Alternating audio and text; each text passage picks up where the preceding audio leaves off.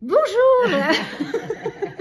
et bienvenue à ce cours de pensée positive. Et comme on doit penser positive, on doit être en pleine forme.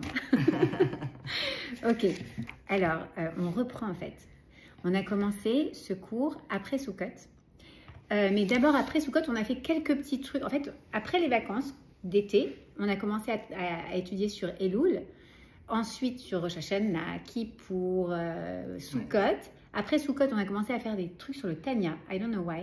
Et nous sommes finalement arrivés à notre pensée positive.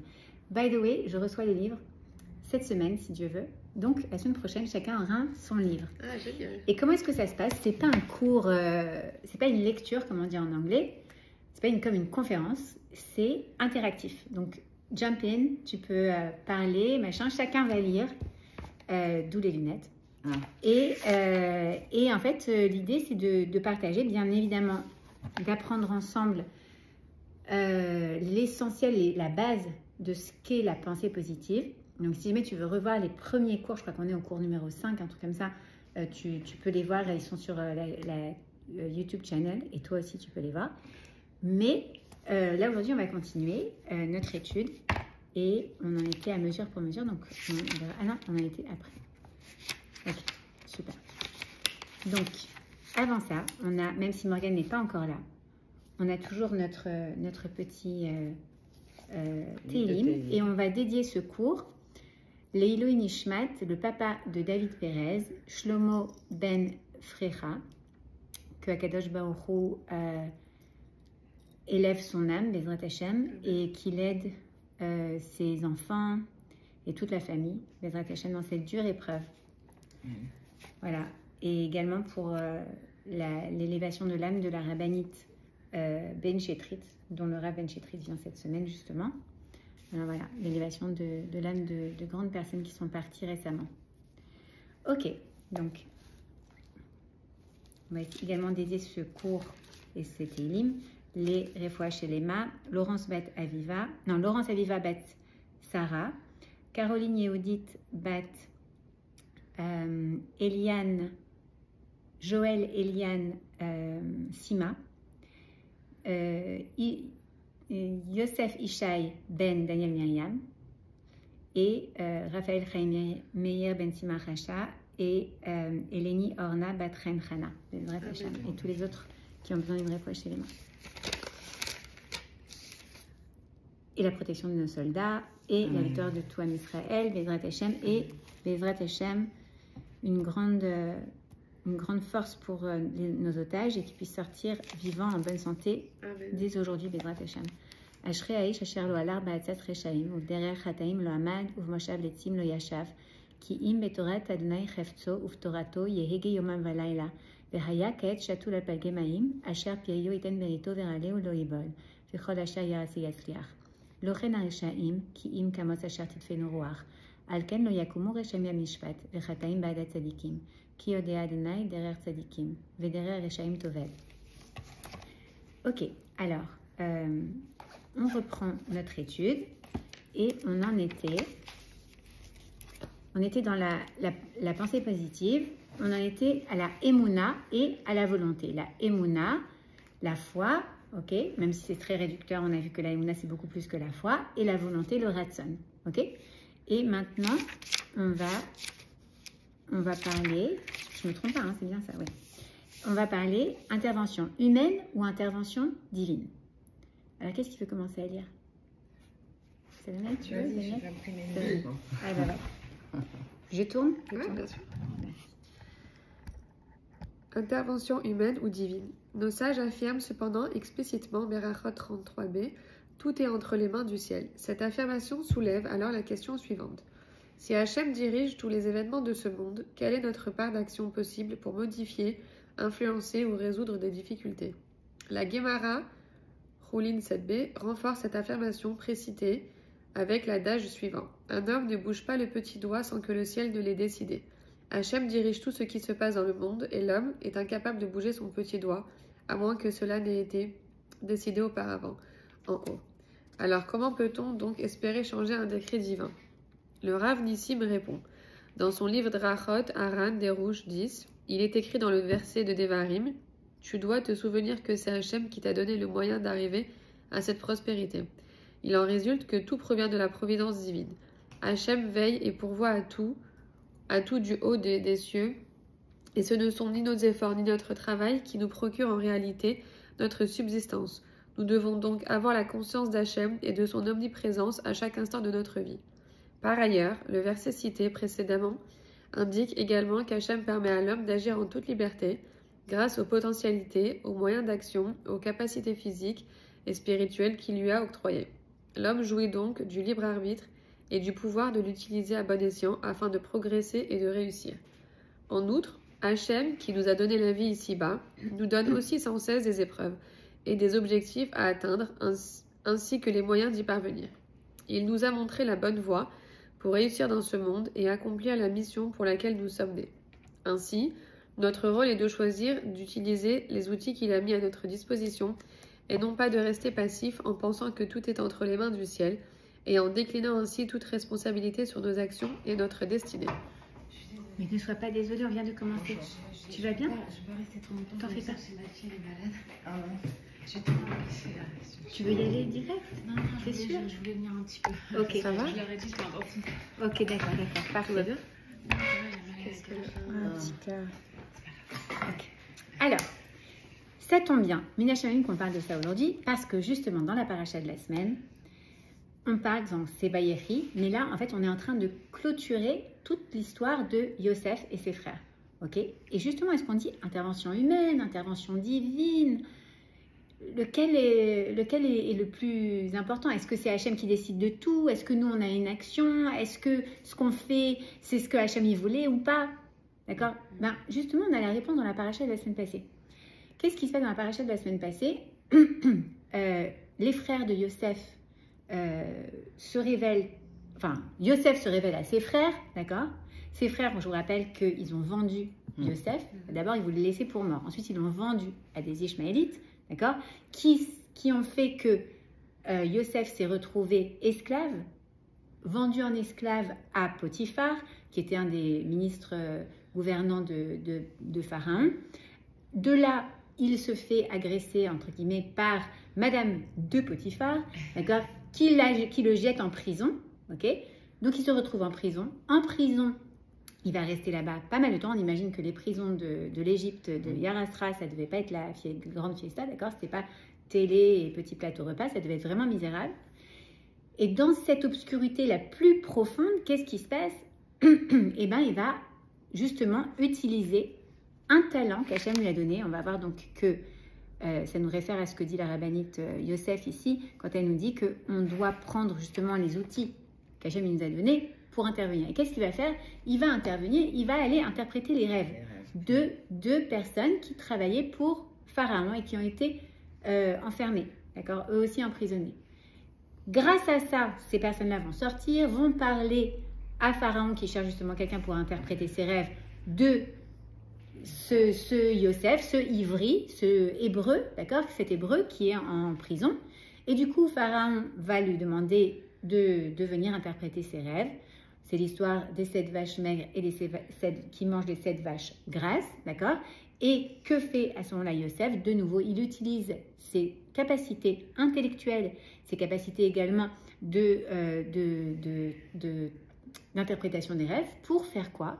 Pour venir être le premier économiste juif du monde et qui donnera naissance d'ailleurs à une lignée d'économistes, parce qu'il y a une tonne d'économistes.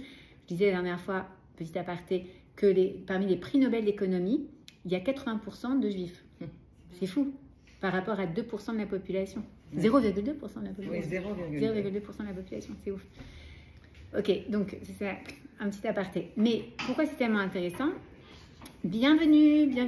Comment ça va? Hi. We're still in French. It's okay, Erika? You have something to get yourself busy with? Yeah, I'm sorry. Ah ouais. Et donc, pourquoi c'est tellement intéressant? Parce que, eh ben, il se retrouve à ce moment-là à être projeté en haut de l'affiche, en fait. Il devient le vice-roi d'Égypte. Il l'interprète, il sauve l'Égypte d'une faim assurée, d'accord, d'une famine assurée. Il sauve par là même aussi tous les peuples qui étaient vécinos. ça va pas du tout, on parle en espagnol, voisins de les pays voisins de l'Égypte également. Et pam, il sauve qui? Ben, ses frères. Ses frères souffrent de famine en Eretz Canaan, d'accord, en Israël. Papa Yaakov les envoie chercher, non pas chez la fourmi sa voisine, mais chez les Égyptiens, de quoi ramener de la nourriture pour sauver la famille. Et c'est là que Yosef rencontre ses frères. Quelques épisodes après, d'accord, qu'est-ce qui se passe? Il va se révéler à ses frères. Et au lieu de leur dire, vous savez ce que vous m'avez fait? Vous savez, je suis Yosef. Je suis votre frère que vous avez vendu, que vous avez envoyé, vous savez dans quelle galère je me suis retrouvée à cause de vous. Il leur dit, je suis Yosef. Tout ce qui est arrivé, c'est Mina Shamaim. C'est Akadosh Baruch Hu qui l'a décidé. Ne vous en voulez pas, moi je vous en veux pas. C'est Hachem qui voulait que ça se passe comme ça. Ça vient taper exactement dans ça. Intervention humaine, intervention divine. Ben, en réalité, tout ce que les hommes vont décider de faire de leur libre arbitre, parce que ses frères ont quand même décidé de leur libre arbitre d'abandonner Yosef, d'accord, à la vente, à devenir un esclave, à avoir une vie. Mais tout ça, en fait, même si eux, ils ont choisi leur propre gré, tout ça, c'était quand même ce qu'Hachem y voulait. C'était exactement le chemin qu'Hachem y voulait pour les frères, et c'était exactement le chemin que Hachem voulait pour Yosef. Alors, on a déjà pris cet exemple, mais comment c'est possible? Comment est-ce que mon libre arbitre, je l'ai, et en même temps, je suis dans le dessin qu'Hachem a tracé pour moi? Alors, est-ce que j'ai mon libre arbitre ou est-ce que je suis un robot? Vous vous souvenez, on a déjà parlé de cette image du film, exactement, du film en fait. C'est que celui qui voit le film, on a dit en fait, Akadosh Baruch Hu, il est éternel. C'est-à-dire quoi? Éternel et infini. Éternel et infini, c'est-à-dire qu'il est en dehors des concepts temporels et spatials. Okay? Donc, étant donné qu'il n'est pas inscrit ni dans l'espace ni dans le temps, nous, on ne peut pas comprendre de la même manière ce qui se passe. Mais les Havdil, parce que c'est très différent, mais pour résumer, d'accord, en gros, on prenait un exemple d'un film. Okay? Si tu as déjà vu Rabbi Jacob, d'accord, au moment où toi, tu vois le film, tu sais que Louis de Funès, il va tirer sur la chevillette et que tu as toutes tes petites boules de chewing-gum qui vont tomber et qui va glisser dans la fabrique de chewing-gum à la chlorophylle. Okay? Parce que tu l'as vu 1000 fois le film, tu sais. Mais en réalité, au moment où De Funès est en train de jouer, il peut décider, tiens, je vais tirer la machine maintenant ou pas. Il peut peut-être faire des grimaces avant, tu vois. Et non, il tire la chevillette. Pourquoi? Parce qu'à ce moment-là, toi, tu n'es pas inscrit dans la même temporalité que lui. Donc, les Havdil, c'est différent, mais c'est pour essayer de comprendre quelque chose qui est illimité par rapport à notre compréhension du monde qui est limitée. Nous, on est inscrit dans une temporalité et dans une temporalité. Donc, c'est difficile pour nous de comprendre ça. Mais en réalité, nos choix, même si on choisit au moment où je choisis de les faire, ben Hachem, c'était quand même le dessin qu'il avait dessiné pour nous. Pourquoi? Parce qu'il fallait que je passe par là. Même quand je fais des erreurs dans la vie. Mais pourquoi j'ai fait ça? Mais pourquoi? Ou pourquoi ce mec, il m'a fait ça? Pourquoi est-ce que cette meilleure amie, elle m'a trahi? Pourquoi est-ce que cet employeur, il m'a viré? Si tu restes avec cette idée en tête toute ta vie, mais pourquoi il m'a fait ça et je lui en veux? Akadosh Baruch Hu, il voulait que tu passes par là. Pourquoi?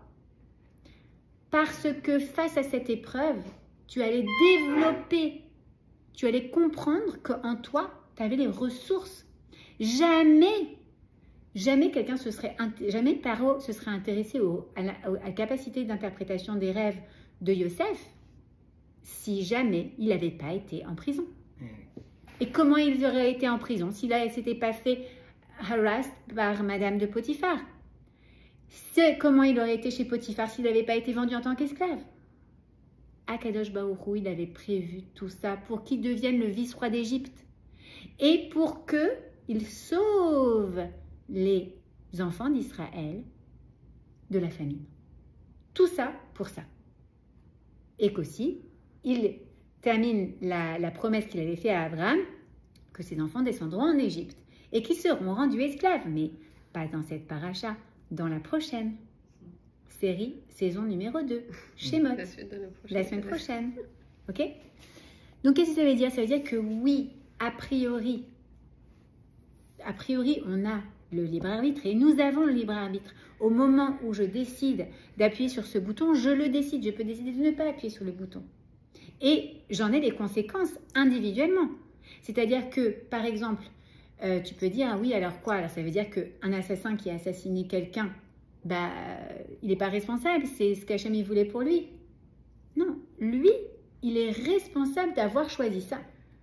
Mais cette personne qui est morte, elle devait mourir. Si lui, il n'avait pas choisi, ça aurait été quelqu'un d'autre qui serait venu à sa place. Parce que cette personne-là, elle devait partir. Ok? C'est-à-dire qu'à Kadosh Baruch Hu, il y a un dessein qui est là. Ok? Et nous, malgré tout, on a le choix, on a le libre arbitre.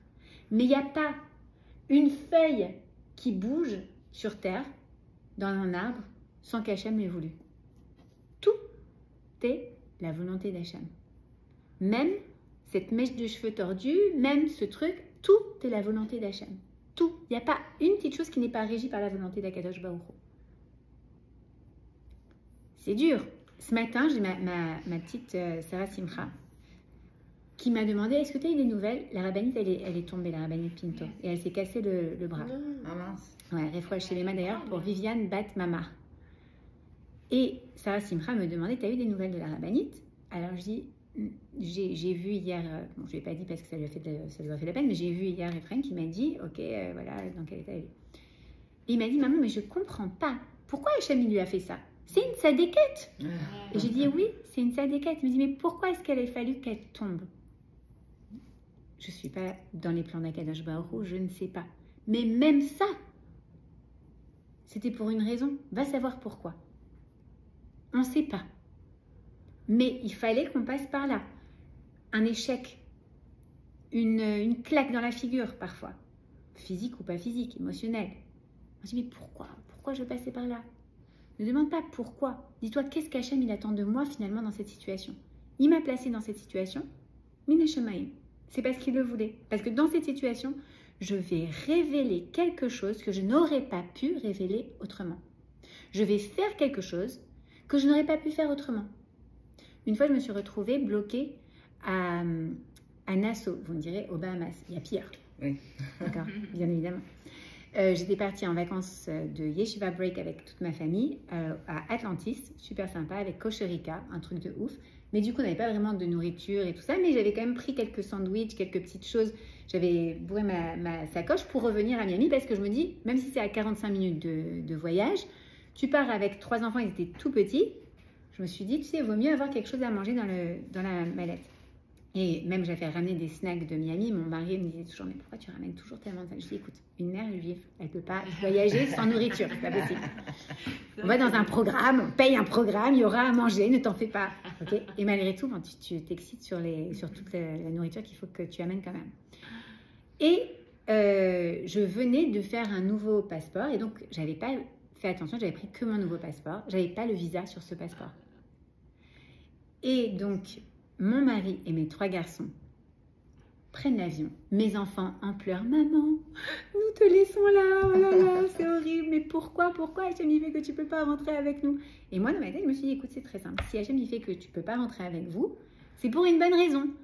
Peut-être que maman, elle a quelque chose à faire ici dans cet aéroport. J'appelle Yannick, mon frère, au téléphone. Je lui dis, Yann, est-ce que tu peux passer à la maison, prendre le passeport, l'amener à l'aéroport? Il y a quelqu'un qui vient avec l'avion.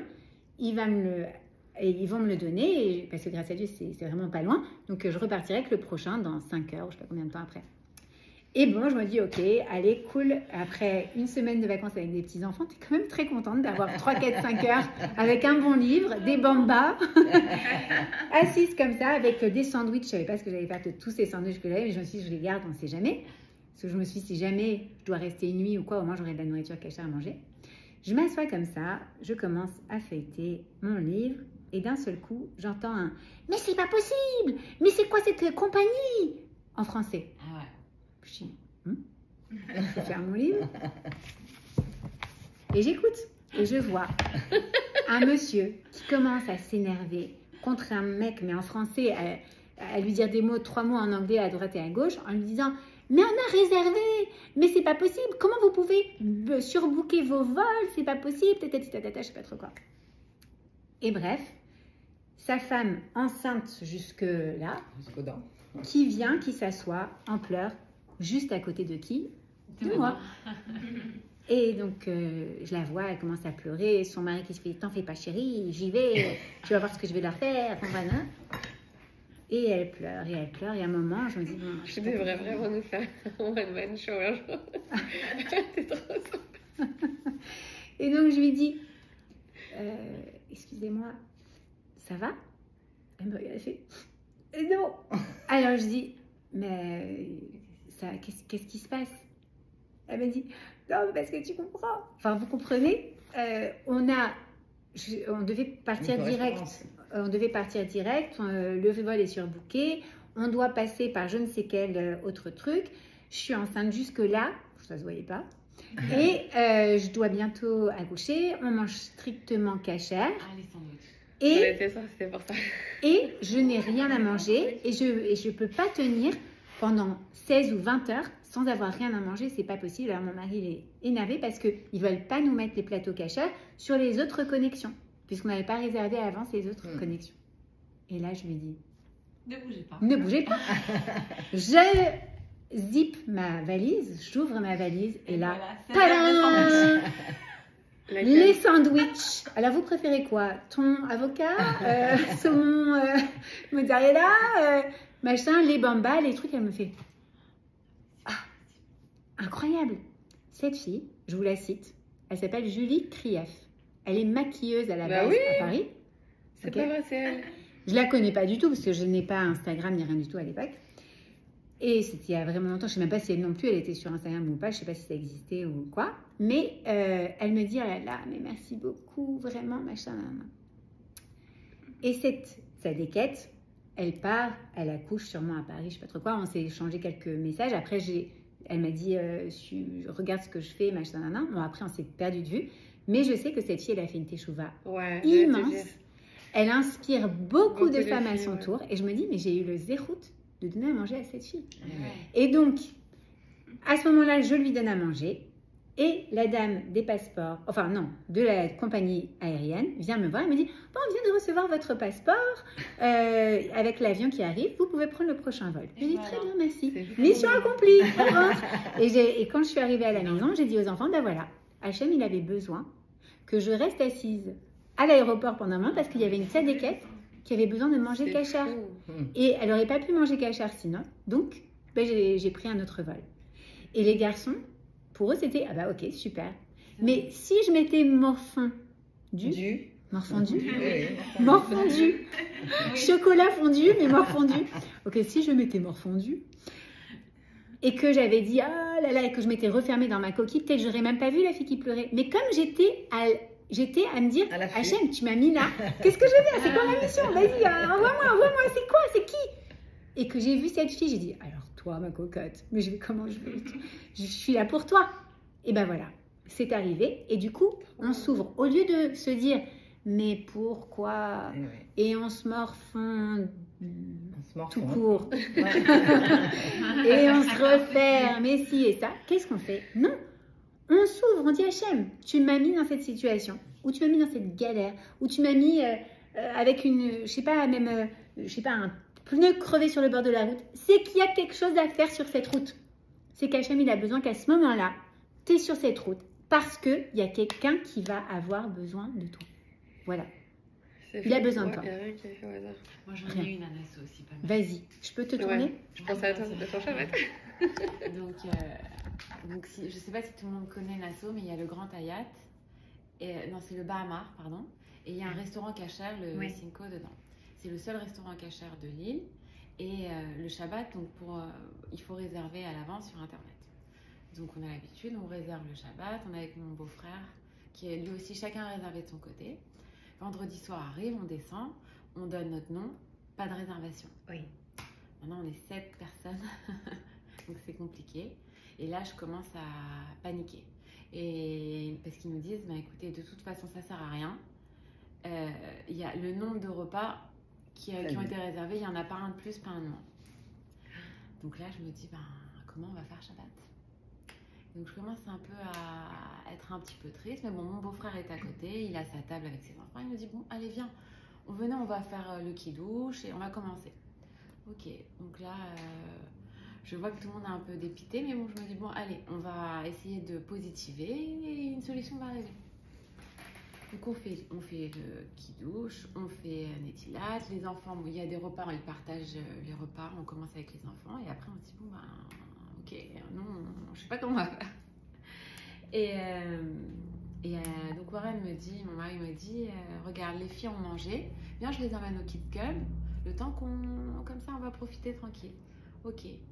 Et donc pour aller au Kids Club, au lieu de sortir par le restaurant, il sort par la terrasse. Il sort sur la terrasse et là, il voit un truc qu'on n'a jamais vu puisqu'on a été plusieurs fois. Il voit une tonne de nourriture dans des aluminium pan et une grande table qui a été dressée mais plus personne. Et donc il y a 2 personnes qui sont là, il leur parle et ils lui disent écoutez, ils sont là pour une semaine, ils ont amené toute leur nourriture, ils ont organisé un grand Shabbat, ils ont fini de dîner, il reste tout ça à manger, c'est chaud, servez-vous, ça va aller à la poubelle. Donc moi, donc on mange et quand je suis en train de me servir, il y a un couple qui passe à ce moment-là. Je ne sais pas comment ils arrivent par la terrasse et ils me disent mais qu'est-ce qui se passe? Et donc je leur explique qu'il y a une personne qui a laissé toute cette nourriture. Elle me dit mais vous savez pas, on a cherché toute la journée, on a voulu réserver ce matin, c'était complet. Je ne savais pas comment on allait manger, j'ai un petit bébé. Elle avait un petit bébé dans la poussette et elle a aussi mangé. Ah là là, c'est dingue, non? C'est fou. Voilà. Donc, comme quoi, il ne faut pas perdre espoir. Il y a toujours un miracle. Il y a toujours quelque chose qui se passe. Hachem, il nous place jamais dans une situation sans raison. Il y a toujours un truc. Il faut toujours se dire, pas pourquoi, mais pourquoi. Pourquoi tu m'as mis là? Parce qu'il y a quelque chose que tu attends de moi dans cette situation. Donc, tout est prévu d'avance, mais notre sort est entre nos mains. Erika, until what time do you have? At what time are you finished? You're good?